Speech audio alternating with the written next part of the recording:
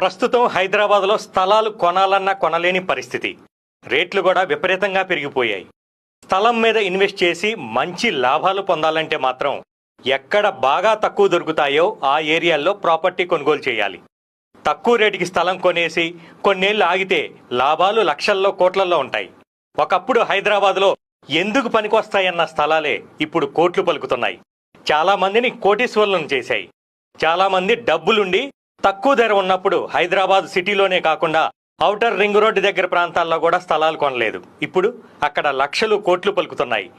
ఆ పొరపాటు మీరు చేయకూడదు అనుకుంటే తక్కువ రేటుకి అందుబాటులో ఉండగానే, అంటే ఇప్పుడు రాబోతున్న రీజనల్ రింగ్ రోడ్డు వరకు మన బడ్జెట్కి అనుగుణంగా ఇంకొంచెం దూరమైనా సరే ల్యాండ్ మీద ఇన్వెస్ట్ చేస్తే ఫ్యూచర్లో అత్యధిక లాభాలను సంపాదించుకునే అవకాశం పుష్కలంగా ఉంది.